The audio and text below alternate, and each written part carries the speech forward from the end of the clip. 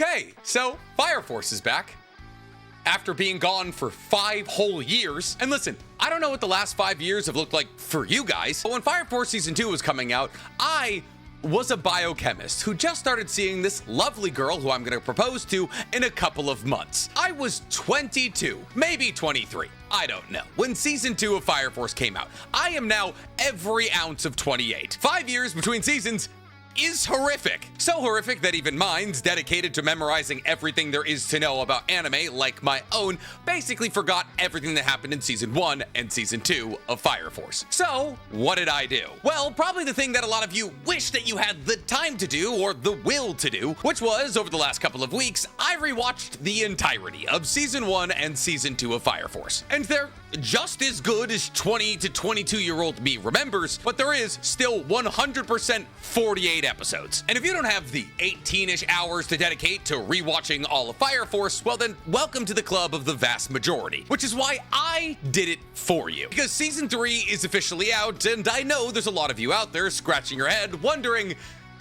how did all these characters end up at Company 8, and what exactly is going on with the Evangelist again? And as we are currently heading into what is going to be undoubtedly the most lore-heavy season of Fire Force ever. Sorry, my white shirt was washing me out, so Larry Bird. Having an understanding of what happened leading up to this season is paramount. So with no further ado, let's get directly into the complete Season 1 and Season 2 Fire Force recap, all in well under 18 hours. But before we get into a video that took me a couple of weeks of hard work, guys, please, for me, like this video, subscribe to the page, and hit that noti bell. Get into all that today, I want to talk to you about our favorite recurring sponsor to the page, Beam Dream. Beam Dream is a nighttime blend sleepy hot cocoa, and they understand that better sleep is your best bet to having a productive year in 2025. See, because Beam Dream understands that a good night's sleep is absolutely crucial in a more productive and happier life, whether that be in your professional life or while trying to crush your fitness goals. A commitment to trying to improve your sleep improves all other aspects of your life, like mental clarity, mood, and stress level. And as we're currently in the cold, icy grips of winter, Beam Dream understands that there's never been a better time to create a cozy and comforting nighttime routine, all the while going to bed at a responsible hour to wake up feeling calm, refreshed, and ready for your day. And trust me when I say, this stuff works. The ingredients are clinically proven to improve sleep, and 92% of surveyed customers said that Beam Dream helped their quality of sleep. And with over 17.5 million nights of sleep improved with Beam Dream, yeah,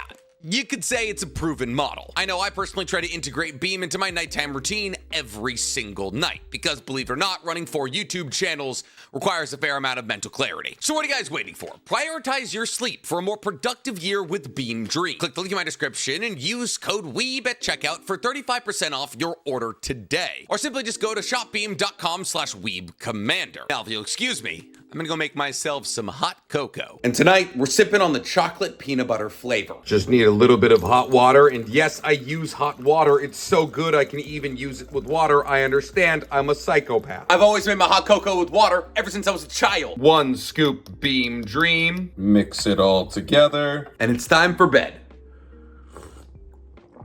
Oh, that's delicious. So, Fire Force, a story that revolves around Fire Company 8, a fire company that exists in the new Tokyo Empire, the last vestige of modern humanity that exists in a world that was destroyed by an event known as the Great Cataclysm 250 years ago. In this world, humans can randomly combust into things called infernals, and thus all 8 of the special fire companies that exist within the new Tokyo Empire are dedicated to putting these infernals to rest. Now, there is some heavy religious undertones in the putting of these infernals to rest, because the backbone of the new Tokyo Empire is built on something known as the Holy Soul Temple, a religious organization led by a pope-like figure named Raffles III that worships a sun god known as the Great Soul. Our main character for the story is Shinra Kusakabe, who loses his family, his baby brother, and his mother when his house goes up in flames when he's very young. However, because during this fire, Shinra awakens to his own pyrokinetic abilities, for pretty much the entirety of Shinra's life, everybody blames this fire on him. Now, this fire does give him some pretty intense PTSD, and thus any single time that he feels uncomfortable, he gets a nervous tick that makes him smile. However, because for some reason his family has incredibly jagged teeth, whenever he gets into these situations that make him smile, like on the night his mother and little brother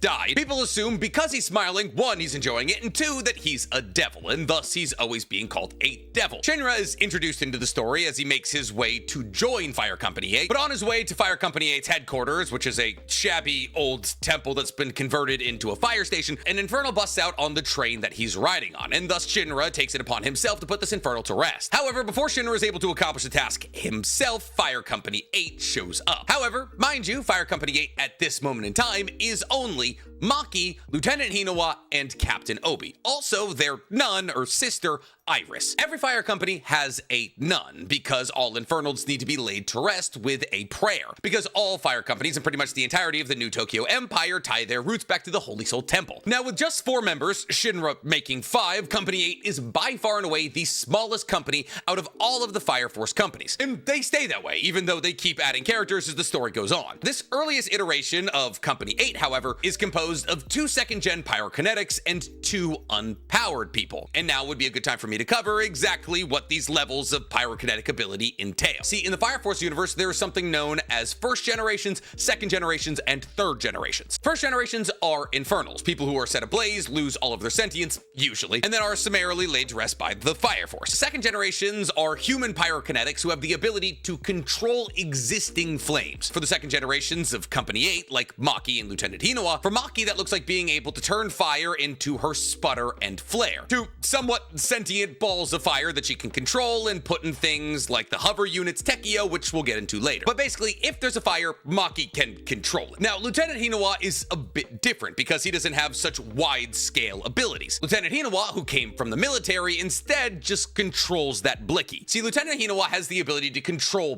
bullets, whether that be their velocity, their trajectory, or their ricochet patterns. So while he can't make his own fire, the fire of a hammer hitting a bullet leads to fire that he can control. Now, third generations, like all of Company 8's rookies, those being Shinra, Arthur, and Tamaki, have the ability to not only create fire, but also control it. With Shinra being able to shoot fire out of the bottom of his feet, allowing himself to treat himself like a ballistic missile, Arthur having the ability to create plasma swords that he funnels through his Excalibur hilt, and Tamaki being able to boost all of her abilities by entering into what is known as a Nekomata state, a state where she can give herself cat-like abilities by growing fire cat ears into fire tail. She's a problem. We'll talk about her later. But that doesn't mean that there isn't a place in the Fire Force for those who are unpowered. That is to say, have no pyrokinetic abilities whatsoever. As the actual captain of Company 8 is Captain Obi, a former, just straight up firefighter. We're talking like fire axes and hoses that was recruited into the Special Fire Force because he was such an incredible firefighter. Now he puts the actual fight in firefighter, in that he trains every single day, and he'll tell you about that, so that he can carry 30 kilograms of gear into every fight against infernals and then essentially beat them to death. Now, the other unpowered individual on Company 8's team is Iris, who is their sister. Nun. Sister is kind of a misleading word, but yeah,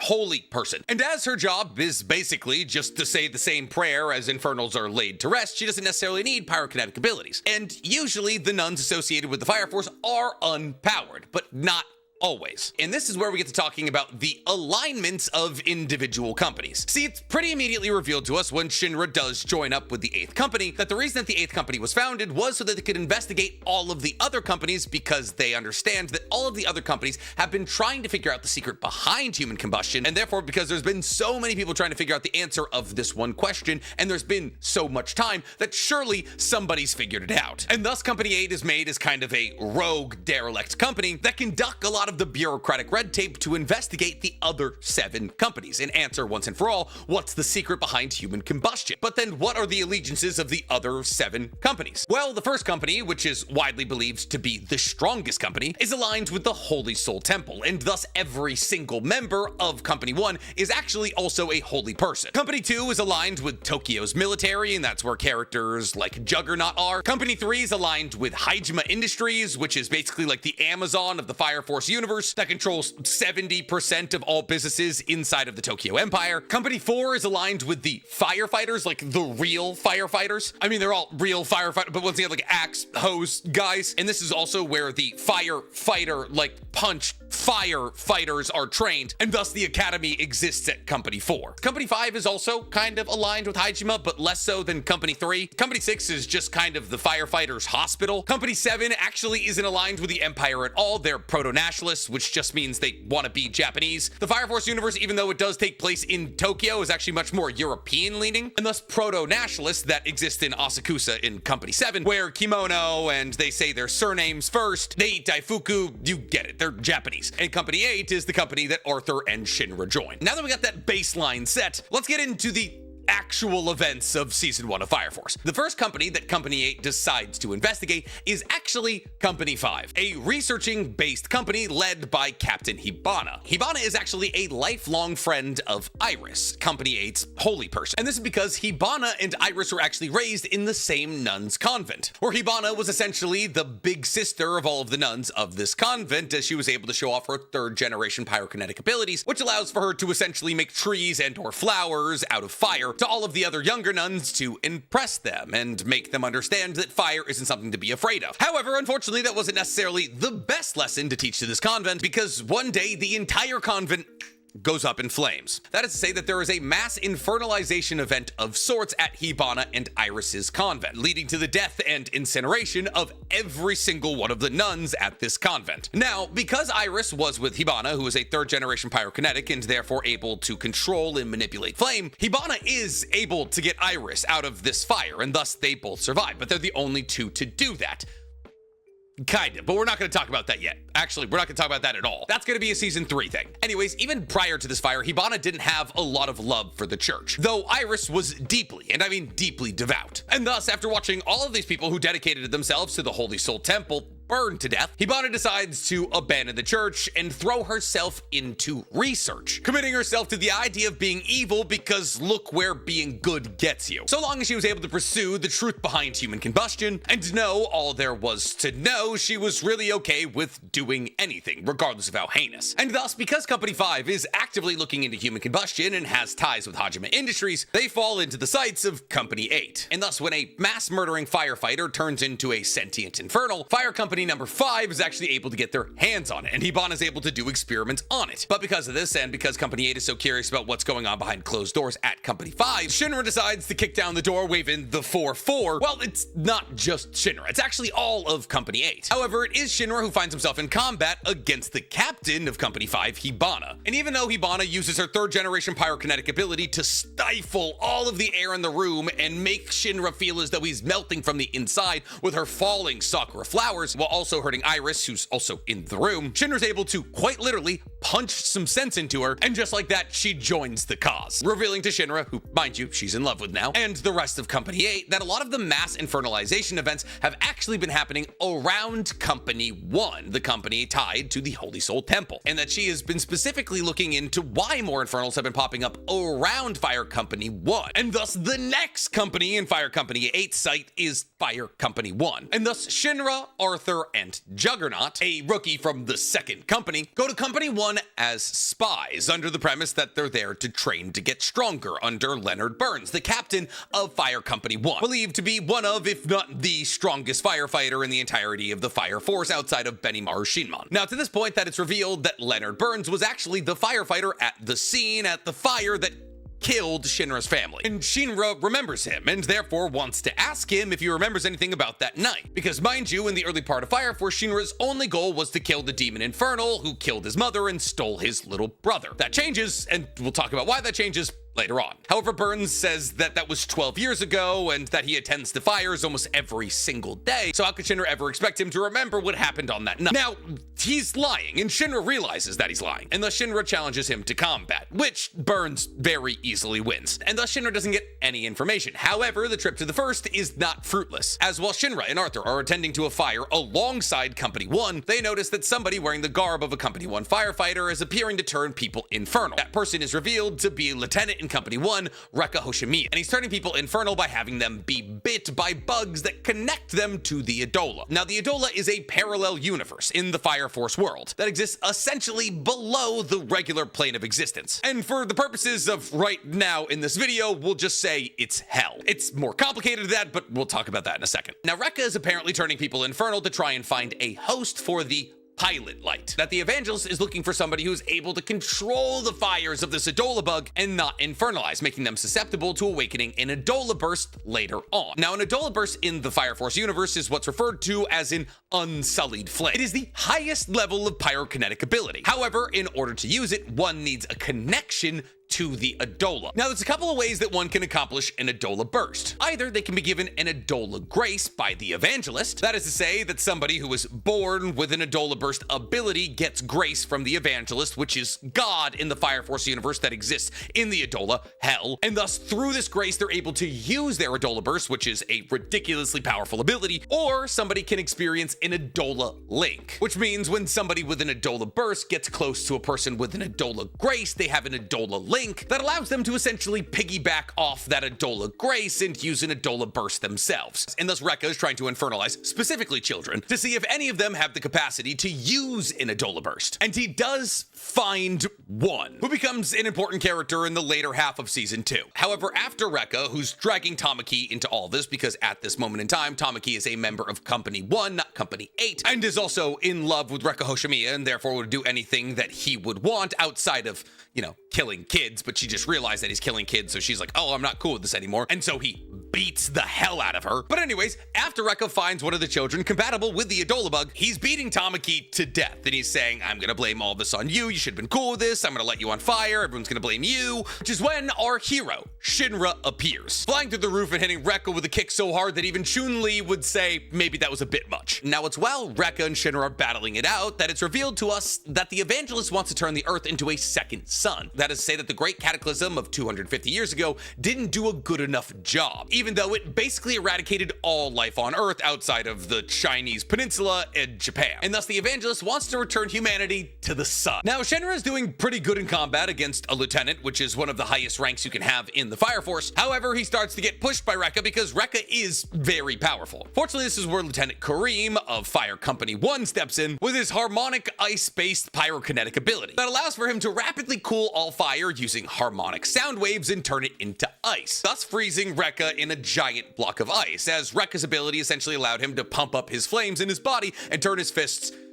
into fiery gauntlets. However, because Rekka had a bunch of information on the White Clad, or the Evangelists, one of the White Clad and one of the most prolific of the White Clad, Arrow, whose ability, I'm sure you can guess, she makes a giant bow and arrow out of fire that she can control the trajectory of, does a big old Rin special from a mile away through Rekka's chest and kills it. Now, the combined forces of Tamaki, Kareem, and Shinra work together to fight against these White Clad, and thus the White Clad are forced to retreat. But not before Yan Li, who's also from Fire Company 1, loses his arm, saving Kareem's life. Now, after this, one of the more mysterious characters in Fire Force, Joker, pulls up on Shinra while Shinra is competing in the Fire Force Rookie Games. And it's at this point that Joker reveals to us one of the bigger plot twists in Fire Force, that Amaterasu, the perpetual energy machine that the entirety of the Tokyo Empire is built upon, that was supposedly created by the Holy Soul Temple, is actually an Adola burst, and there's more information to come on that later. But as a little preview to what we're going to talk about, Adola bursts can only exist in humans. Joker also goes a little bit further in the exposition dump to Shinra, as he tells him not only is your little brother still alive, but he's also working for the Evangelists as a knight. That is to say that he's an incredibly high-ranking member of the White Clad, which is pretty impressive considering the fact that he's like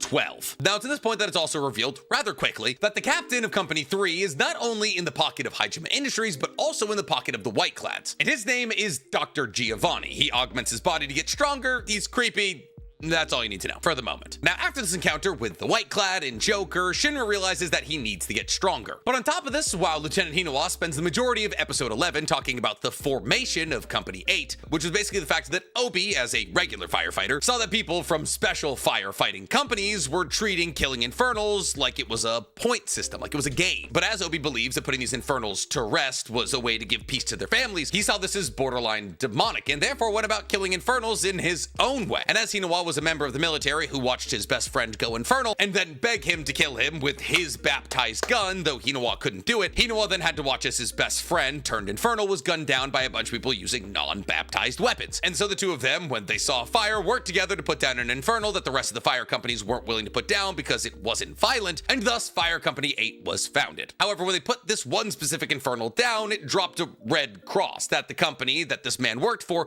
wanted back so desperately that they clawed for it. And So when Obi and Hinawa looked up that company, now in the modern day, they realized that it was located in Asakusa, and therefore Company 8 was to go to the territory of Company 7, the proto-nationalists. And when they make it to Asakusa, they meet the captain of Company 7, Benimaru Shinmon, widely agreed upon to be the strongest firefighter in all of the special companies, because he, unlike every other pyrokinetic, is both a second generation and a third generation. That is to say that not only does he have the control over existing fires of a second generation, but he can also create his own flames, making him by far and away one of the strongest people in the entirety of the Fire Force universe. We're also introduced to Lieutenant Conroe, an incredibly powerful third generation firefighter who unfortunately can no longer use his fire because of a battle against a demon infernal a couple of years ago that caused him to get Tephrosis. But Nick, what's Tephrosis? Good question. All pyrokinetic abilities in the Fire Force universe revolve around burning up the oxygen in your own body to light and or control fires. So if you use up all of the oxygen in your body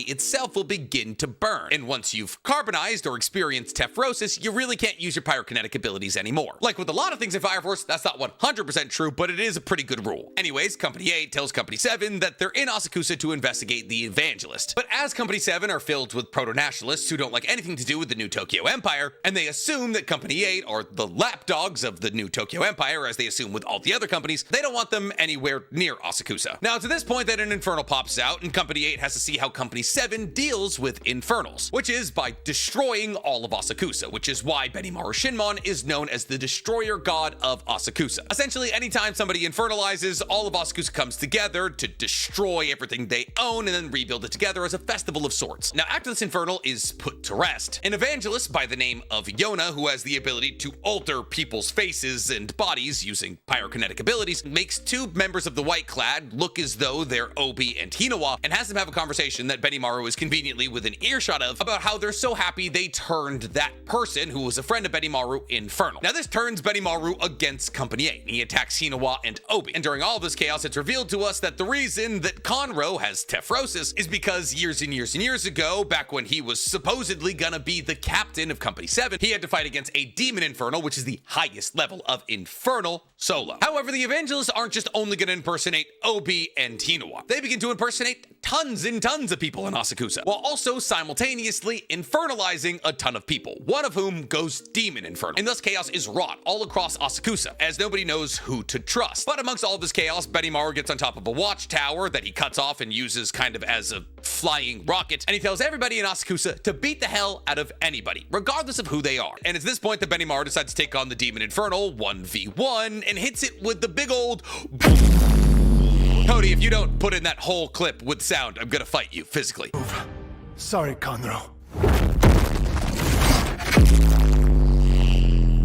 But the only reason that Benimaru was able to get in the position to do it again, that demon infernal, is that because while Arrow was trying to shoot Benimaru out of the sky with a fire arrow so that he couldn't get high enough to use the level of firepower he needed to destroy the demon infernal without destroying Asakusa, Shinra gets an Adola link, which allows for him to heighten his speed such that he's able to catch up with his fire arrow and redirect it, something that Arrow thought was impossible. Now, after Company 8 and Company 7 work together to bring Asakusa back to its, I guess you could call it, regular day-to-day pace, Company 8 heads back to their district. And it's at this point that we're introduced to Victor Leet, a researcher sent to Company 8 by Haijima Industries to help Company 8 in their research of human combustion. And thus pretty much everybody knows that Leet is a spy for Haijima Industries. Because if this show does one thing correctly, it identifies that giant corporations and giant religions usually bad. Anyways, moving forward, pretty much immediately after we're introduced to the head researcher of Company 8, Leaked, it's also identified that Company 8 also doesn't have a head engineer. And considering the fact that their captain has no powers and is therefore reliant on things like shields, axes, extinguishers, and the matchbox, which is basically their armored car, they kind of need an engineer.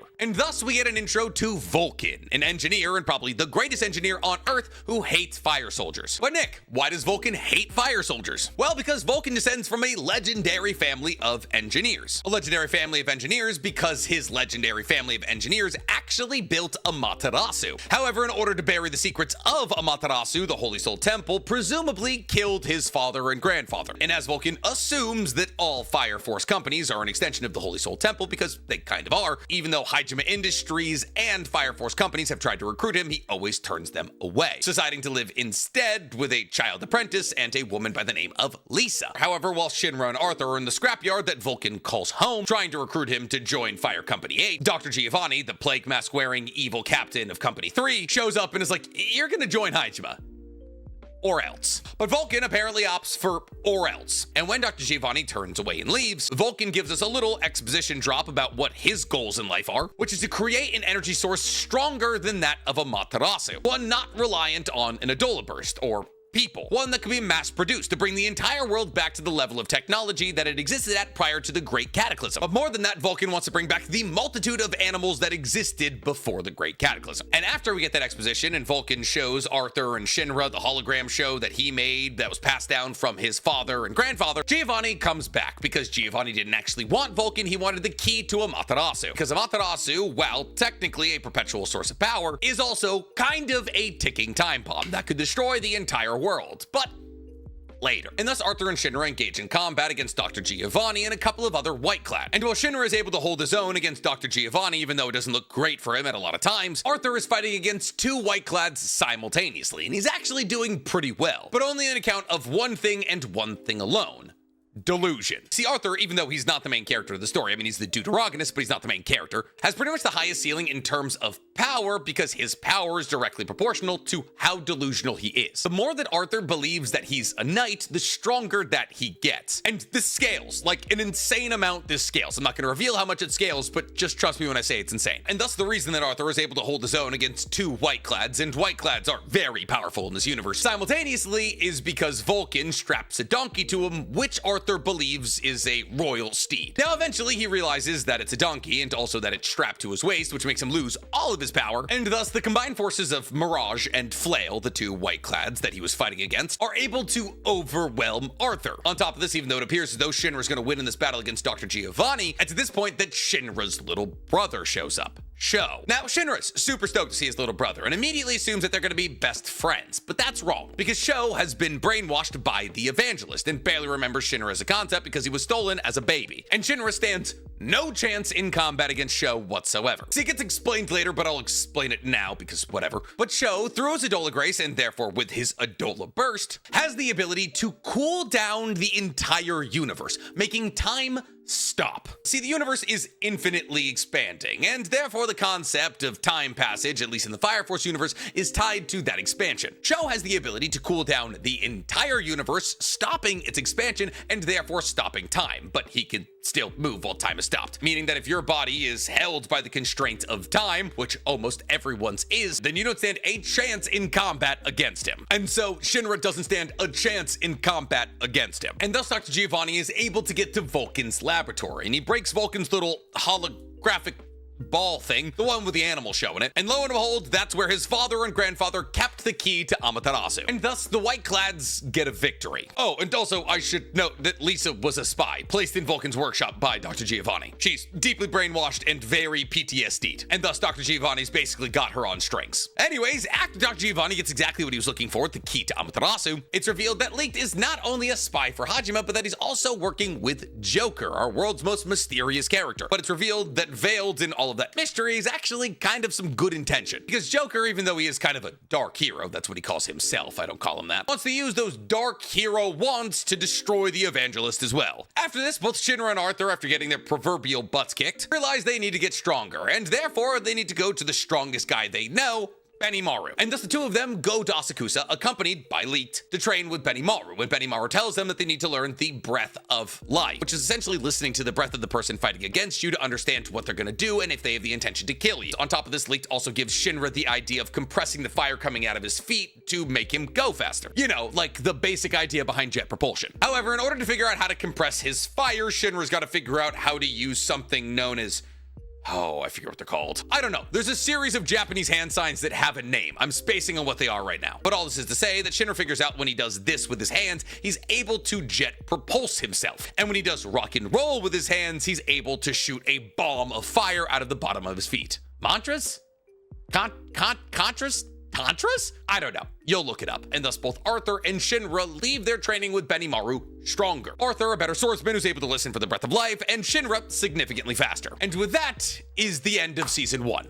I think. Nope, that's only episode 18. got a lot more left here. After Arthur and Shinra train with Benimaru, Leek does an analysis on the Whiteclad's attack of Vulcan's workshop and realizes that the Whiteclad that were there are coated in a substance that can only be found in the Nether. Now, the Nether is kind of talked about in the Fire Force universe like it's hell, in that the Holy Soul Temple says that soul can exist in the Nether and therefore nobody should go down there. However, in actuality, it's just Tokyo's abandoned railway system. And thus, as nobody goes down there, the Whiteclad have actually been using the Nether as their base of operations. Thus, Team 8 gets together to invade the Nether in hopes of finding the Whiteclad and wiping them out. Maki fights an evangelist known as Flail, smokes him. Tamaki fights supposedly one of the strongest members of the Whiteclad, Assault, but he falls prey to her lucky lecher lore, I have to say it slow, and her and Iris literally beat his brain out of his skull, but he doesn't die, but we'll talk about that later. Inoue fights against one of the more prolific Whiteclads, Arrow, and super boosts a bunch of 7.62 bullets so hard that he blows the barrel off his gun using the fire of Arrow's fire arrow to super boost his own bullet, knocking Arrow away, but not killing her. Arthur fights against Mirage, who he fought at Vulcan's workshop, and literally cuts him in half, all because he was able to listen to the breath of life and therefore identify that the Mirages were fake and the real one was behind him. Obi and Vulcan fight against Dr. Giovanni and Lisa, who's got a third-generation pyrokinetic ability that allows her to make gigantic fire tentacles, and while Vulcan is trying to break through to Lisa, who is in love with him, it's revealed that Lisa has a relationship with Giovanni that a Minecraft YouTuber has with most miners, and thus Lisa can't break out of his conditioning. But Vulcan turns into a penguin mech.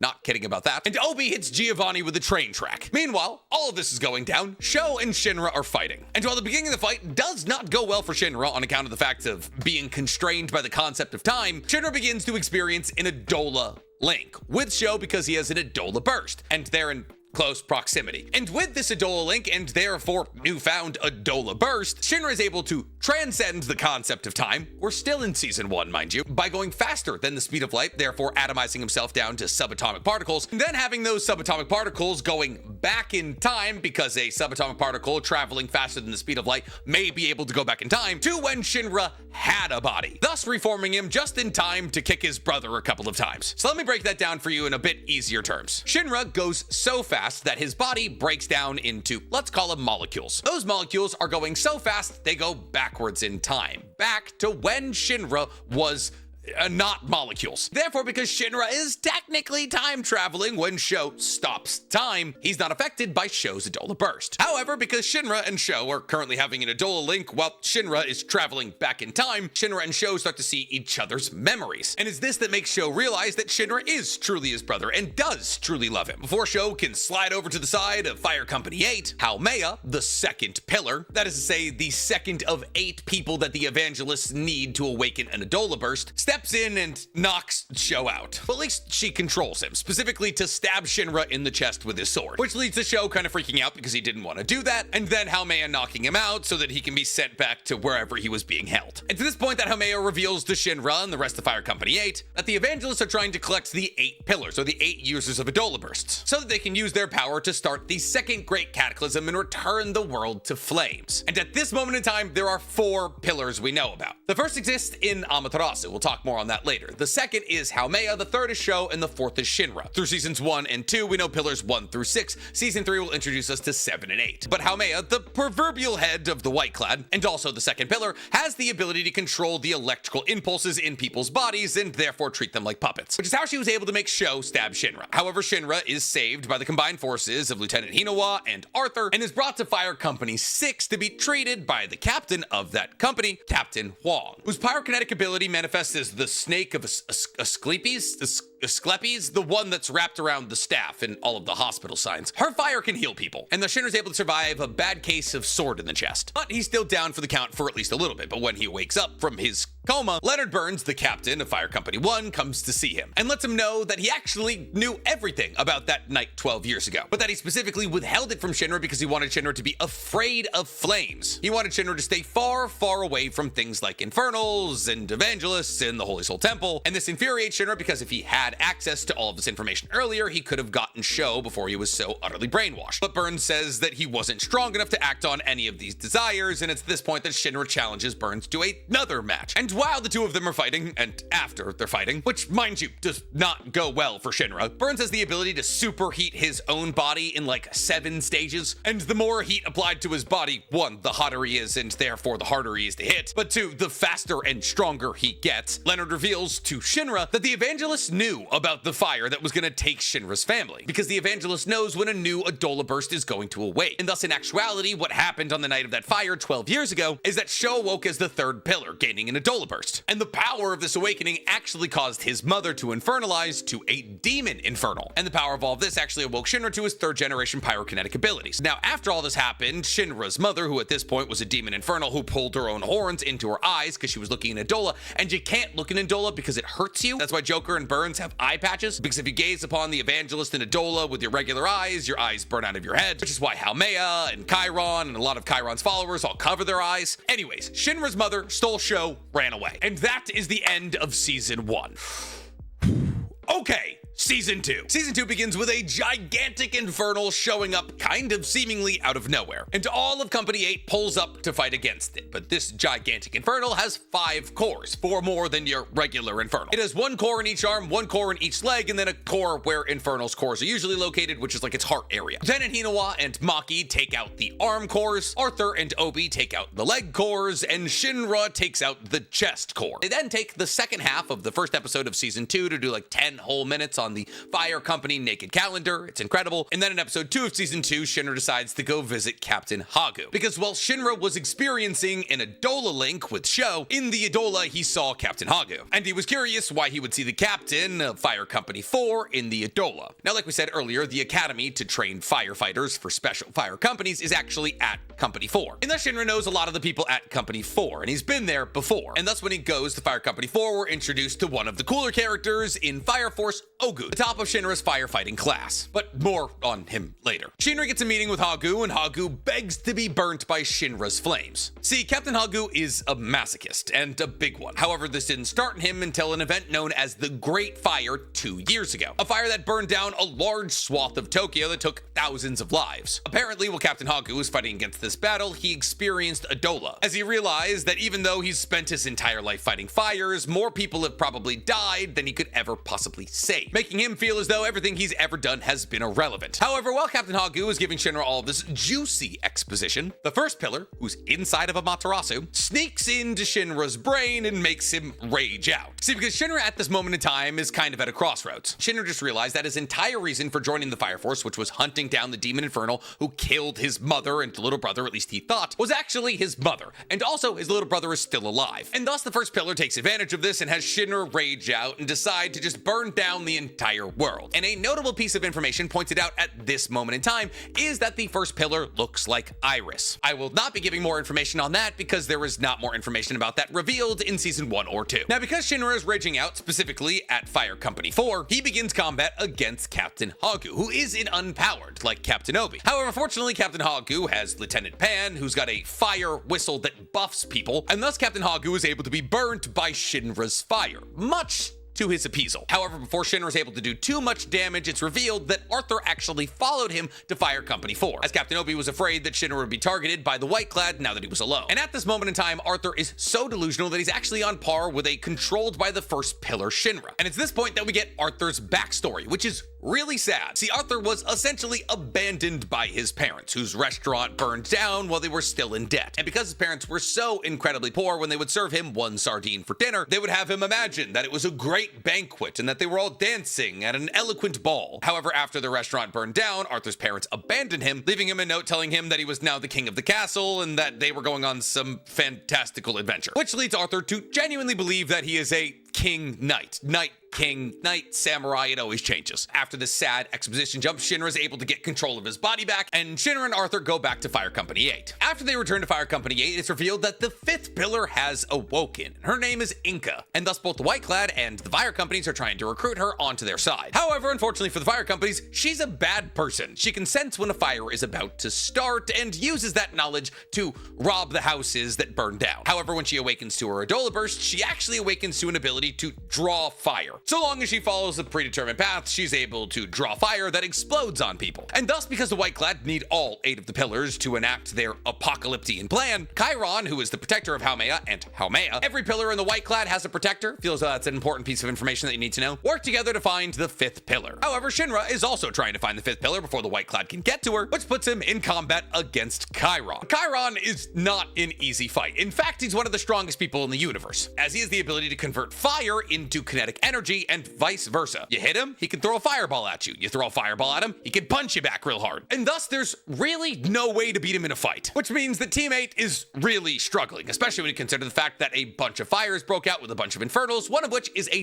demon infernal. But just when things are looking real bleak for Team 8, Juggernaut, the explosive bubblegum guy from Company 4, whose name I do not know, and Lieutenant Kareem all show up to back up Fire Company 8. And with this temporary reprieve from action, Leek makes a plan that's going to help Company 8 destroy the demon infernal. Now, mind you, there's very few people, even entire companies, that can destroy a demon infernal. At this moment in time, the only people who have ever defeated a demon infernal are Conroe and Benimaru from Company 7. However, Leek makes a plan to use all of the second generations that are fighting against all of these fires to funnel all the fire from this town into the demon infernal, using the wind tunnels created by buildings. He then has to have Maki direct all of this flame pass through these buildings into the demon infernal to launch it into the sky. Lieutenant Hinawa then launches a grenade from a grenade launcher, uses the fire of the fire tornado that Maki has created to punch a hole in the demon infernal's core, killing it. And after this, Lieutenant Kareem uses his ice sound fire tuba to turn the entire fire tornado into ice, and thus,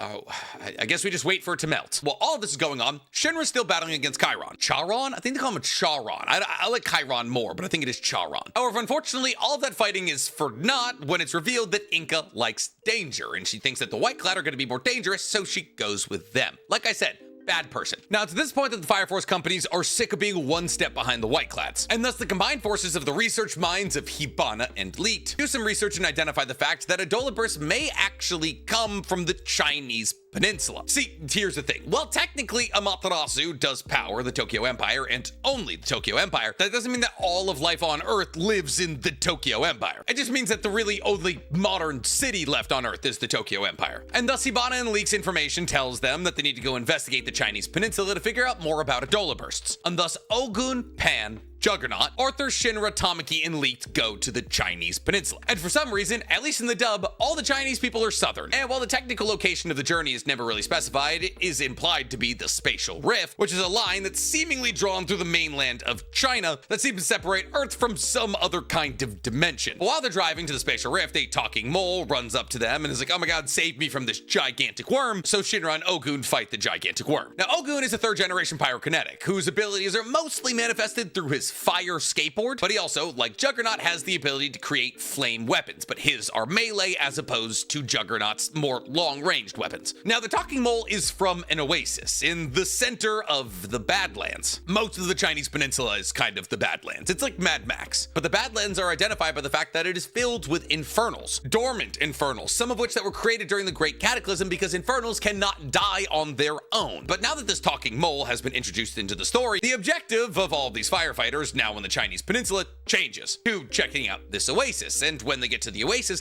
they find another Amaterasu, a smaller, older, and more decrepit Amaterasu that was apparently built before the Great Cataclysm. However, if this Amaterasu was built before the Great Cataclysm, and therefore technically before Raffles I built the original one in the Tokyo Empire, that could prove that all of the teachings of the doctrines of the Holy Soul Temple are lies. Like I said earlier, if this anime is going to teach you one thing, it's that religion and corporations are bad. Now, when the firefighters and the talking animals, there's now a mole and a raven, get to the oasis, it's revealed that all of these animals were driven out of the oasis, these talking animals, by infernalized dogs that are commanded by a group of infernals, led by a demon infernal by the name of Tempe. And while Shinra is battling against these dogs and these infernals, he has an Adola link, but this Adola link ties him to the old Amaterasu. See, it's this point that it's revealed that after After the Great Cataclysm, a woman dressed in all black, apparently from beyond the spatial rift where the evangelist came from, walked through the Badlands, found all these animals, taught them how to talk, and gave them all fires that made them immortal. She then restarted the smaller, older Amaterasu, which was already there, which is how the Oasis was able to exist, based off the energy of this smaller Amaterasu, thus revealing to us and all of the firefighters that there is somebody at the core of the Tokyo Empire's Amaterasu, and that person is the first pillar. Now, as all of these firefighters are fighting against all of these infernals, it's revealed that Amaterasu was actually created to destroy the world, and this smaller, older Amaterasu is no different, and therefore all of these infernals, the demon infernal mostly, are trying to destroy this older Amaterasu so that they can all be relieved of their own lives. As Tenpei understands that the only thing strong enough to kill him as a demon infernal would be the explosion of Amaterasu, which would wipe out the entirety of the Oasis that they're currently in. Now, Tenpei does have all of the other infernals collecting a series of stone tablets that hold all the numbers of pi. And while I would love to sit here and explain to you why that is, it's not explained until season 3. Now, every single one of the firefighters is fighting against these infernals, these dogs, this demon infernal. Juggernaut gets rinned or donutted by Tenpei, but is still alive because he's slightly immortal based off the fact that he wears multiple dozens layers of clothes. It's like a running bit. He gets shot up a bunch and then he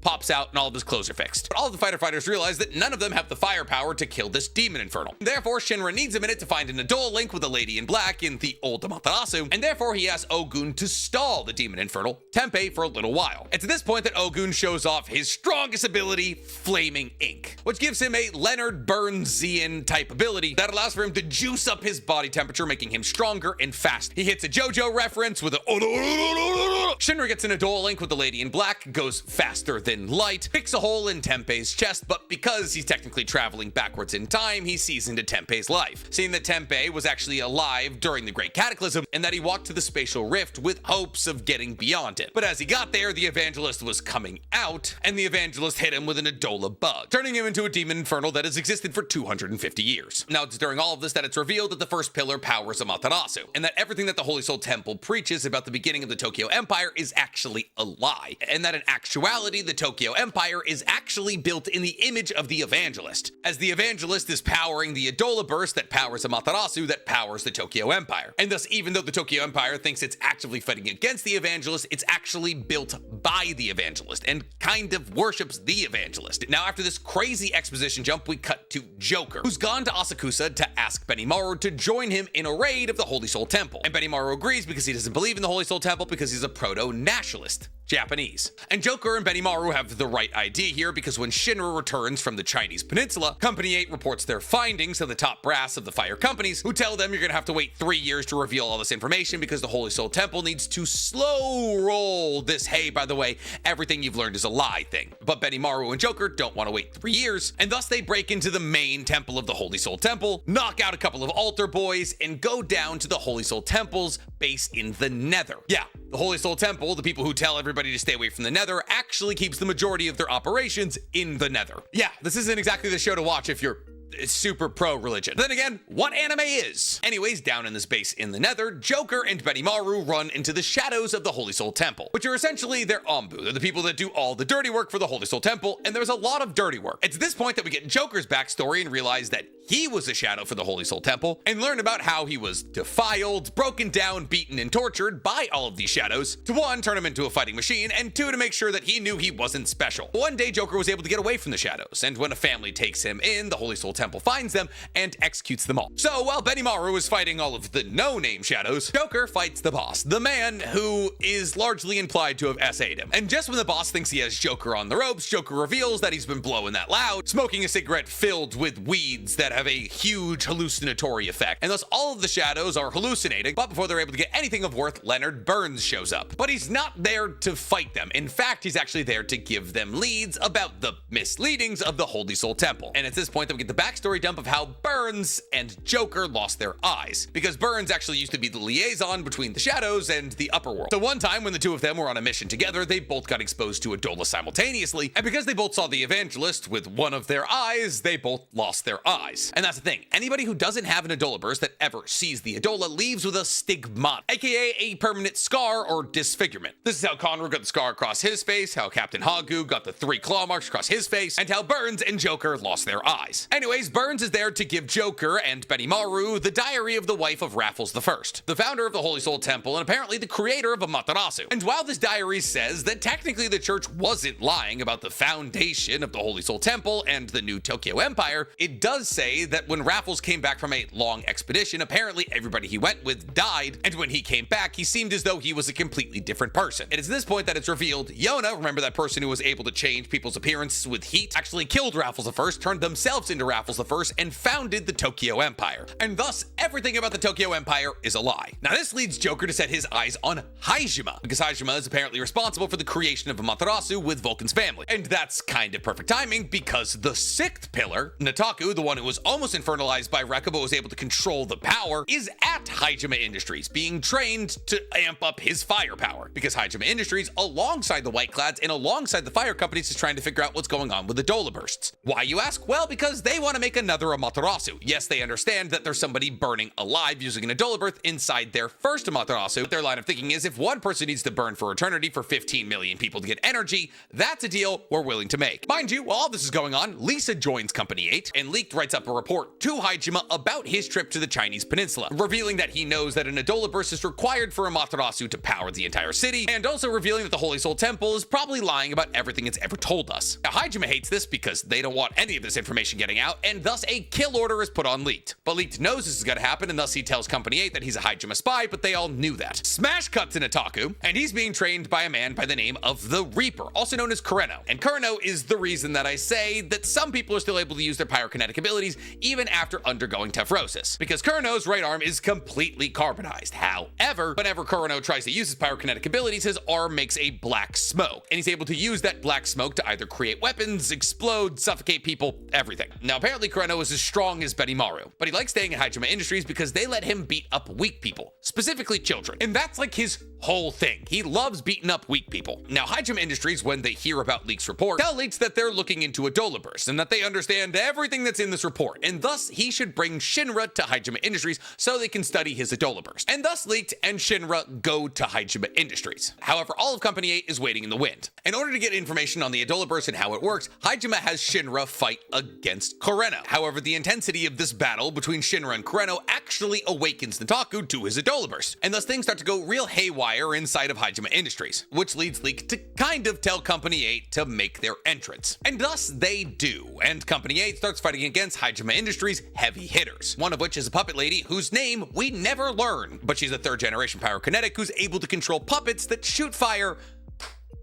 out of their asses. Now, Vulcan and Maki are selected as the people that should be fighting against Ass Blaster 3000. And Maki is eventually able to use Tekio, her twin hover units that are powered by Sputter and Flare, her two sentient fires, to ass blast the puppet, destroying it. However, there's more than one puppet. In fact, there's like a dozen. But before these dozen puppets are about to lay the beat down on Maki and Vulcan, Inca and Charon show up at Haijima Industries because they're looking for the sixth pillar. However, a new white clad is also introduced, and her name is Ritsu, and she is technically Inca's protector. Charon is Haumea's protector. Every pillar has a protector. Ritsu has an ability that allows her to raise the dead with fire, creating armies of infernals, zombies, or giant amalgamation infernals like the one that Team 8 fought in the beginning of Season 2. Yes, it's revealed that was her. Thus, a three-way battle for Nataku begins. That leads to Kureno fighting against Charon, then immediately being like, this isn't fun, you're too strong, and then he goes to try and kill Iris, and so now he's fighting against Company 8. Haumea shows up out of nowhere and takes out all of Puppet Lady's 10 or so puppets, which causes Puppet Lady to call in the Punisher Dominion, which is just a big version of her puppet. Baki fights against Arrow, who's still alive after her battle against Hinawa in the Nether. Haumea fights the Puppet Lady. Kureno fights Arthur, but he's only fighting against Arthur because he's trying to kill Iris because Iris is weak and unpowered. But he switches to battling against Charon's helpers because Arthur is too strong. And thus the whole thing kind of turns into a big battle royale. And it only gets worse when Ritsu makes a gigantic infernal that encompasses Nataku. And what's worse is Haumea is using her electrical control to make Nataku kind of freak out. See, Nataku's got a pretty insane amount of PTSD. He's been pushed his entire life to get better, stronger, faster, more intelligent, to the point where anything less than perfection would not be acceptable. And thus Haumea trumps up these feelings and makes him feel as though that he needs to eradicate everything because he'll never be good enough. And for somebody who just awoke their Adola burst, which is radioactive lasers, mind you, he, with this new giant infernal body, starts wreaking havoc. Now, at this point, Kureno gets a phone call from the boss of Haijima, who tells him to stop focusing on the weak ones and that he's an idiot. And thus Kureno starts working with Company 8 to defeat the White white-clad and save Nataku. However, things aren't looking great, because Kurano believes that he's strong enough to wipe out the entirety of Tokyo.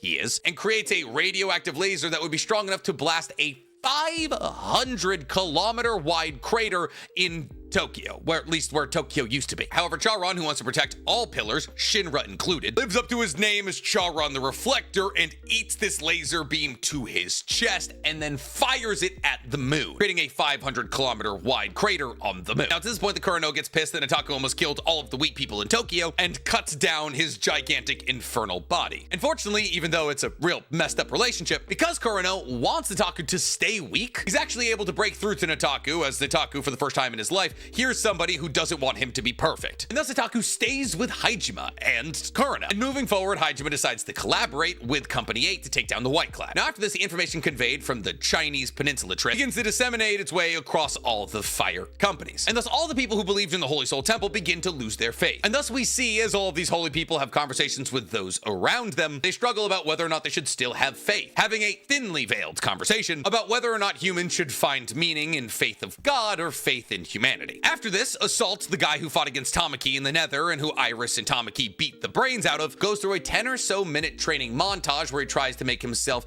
desensitized to the allure of women so that they can battle against Tamaki just to get defeated by Tamaki like 3 or 4 times. Now, after Assault is dealt with, we're introduced to the Oze family, which is Maki's family, not Tamaki, Maki, the strong one, as her father is the head of the military and her brother is a well-established cop. Now, her brother, who is a second-generation pyrokinetic like her, follows a lead of missing people apparently in the Nether, and with his partner investigates the Nether until eventually he stumbles upon a lab, presumably one that belongs to Dr. Giovanni, just to have a suicide bomber of sorts blow up the entire area, almost killing both him and his partner. And thus, because Tamaki's brother has heard that Maki has been to the Nether and now has identified that this is way too dangerous for her, a woman, requests that his father, the head of the military, of which Maki was recruited out of by Lieutenant Hinawa, makes a request to Fire Company 8 that Maki be sent back to the military, and they oblige, saying that Fire Company 8 might be too dangerous for Maki to be in because they're planning their second full-scale invasion of the Nether. See, because Company 8 works with Company 2, the fire company associated with the military, to launch a full-scale invasion of the Nether at central key points. And as members of Fire Company 8 have been to the Nether previously, they're split up 1 person per squadron, surrounded by members from Company 2. However, things start to go real haywire real fast, as apparently the White Clad have actually been trying to pull the fire companies down into the Nether as a trap. And thus Ritsu, the girl who can control the dead with fire, has hundreds, if not thousands, of infernals waiting for them in the Nether. And thus members from Company 2 begin to drop like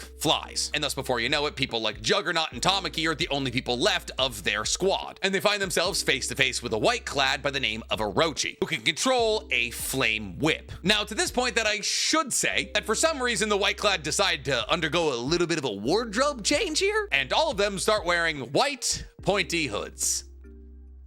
Do with that as you shall. But mind you, they are called the Evangelists. Now, when Orochi pulls up, Juggernaut kind of freaks out. He's afraid of fire. So Tamaki's got to step up to fight against Orochi. However, she's not that powerful, though she is heavily heat resistant. So while she's getting tore up by Orochi and eventually about to get killed, Juggernaut steps up. And this fight is intense. Probably my favorite in the anime, as it revolves around Juggernaut trying to use his long-range artillery that's getting sliced up by Orochi, and also all of his layers of clothing getting sliced off him until eventually it's only his arm left as he grabs a fire personal nuke and shoves it into Orochi's face. However, as he delivers this personal nuke to Orochi's face, she slices off his arm. And thus, in this fight, Juggernaut loses his right arm and his left leg. But as they're still in the Nether and Juggernaut is too big to be carried out by Tamaki safely, Tamaki has to protect him. We then cut to Hinawa and Maki's brother, who are fighting against a White Clad known as Iron, who has the ability to temper the iron content in his body to make it ultra hard. He's also huge. And while all of this is going on, so is Shinra versus Dr. Giovanni 2,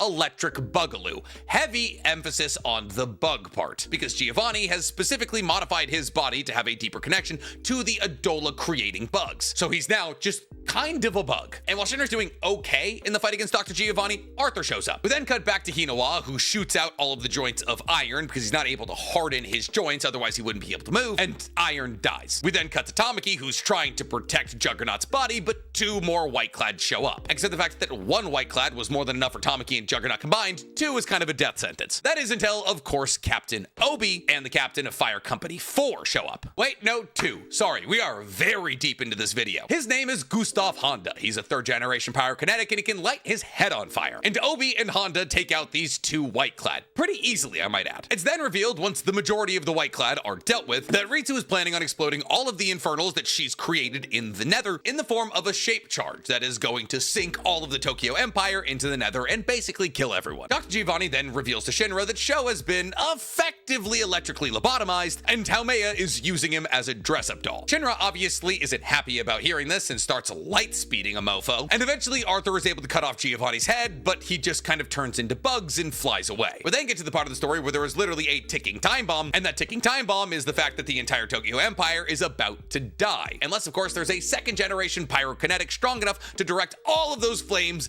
down back into the ground. And wouldn't you know it, there is. It's Maki, but Maki's brother made her leave the Force. However, fortunately for all of us, well, I guess all of Tokyo, Vulcan gave her a communicator, and thus she knew to come to the Nether and knew she was needed. And so Maki overcomes the power of sexism, takes the fire of the entire explosion, shoves it down while working with her brother. It's a sweet moment. And Tokyo is saved by a woman. Shinra then realizes, after Tokyo has been saved by a woman, that through his conversation with Dr. Giovanni, that Conro has experienced Adola. Why? Well, because way back when Benny was fighting against a demon infernal by himself, Shinra heard Conro call out to him in the Adola to save Benny. And the only people that are able to communicate through the Adola are those who have experienced it previously or those who have an Adola burst. And thus, after Tokyo is saved by a woman, Shinra and Hibana just wanted to go to Asakusa to meet Conro, who's being hunted down by a white-clad assassin, but he kills the white-clad assassin because he's still nice with the blade, even though he can't use his pyrokinetic abilities. And thus Shinra and Hibana have a conversation with Conro, where he reveals that the demon infernal he fought on the night that he got Tefrosis looked just like him. And thus the concept of doppelgangers is introduced, something that's going to be very important in Season 3, but I'm not going to explain right now. After this, Tamaki, Shinra, and Arthur go back to Asakusa to train with Benimaru once again, all to learn how to use hysterical strength. Basically, in the Fire Force universe, when you're on the edge of dying, you get crazy strong, which I guess is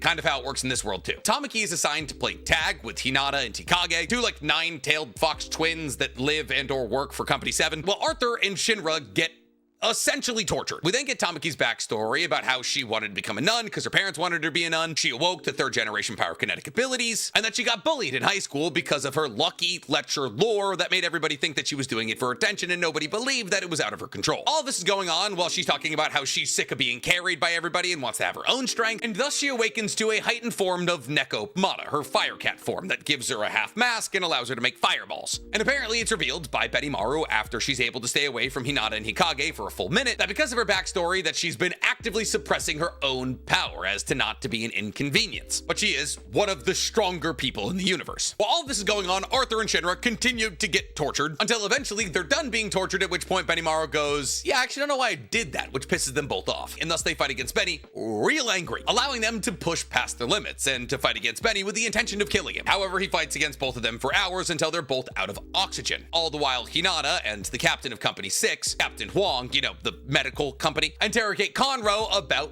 doppelgangers. But back to Shinra. Shinra's about to die from lack of O2 in his battle against Benimaru. Both he and Arthur are able to push to a flame beyond, and while Shinra is experiencing this flame beyond, this massive boost in his power, he gets to relive like he was there the night that his house went up in flames. But now that Shinra, Arthur, and Tamaki have all been able to push past their limits and get stronger, they're basically slapped on the back and told good job, and they leave Asakusa. However, it's at that point that everybody realizes, oh no, the White Clad came after Conro because he had a connection to the Adola. You know who else has a connection to the Adola?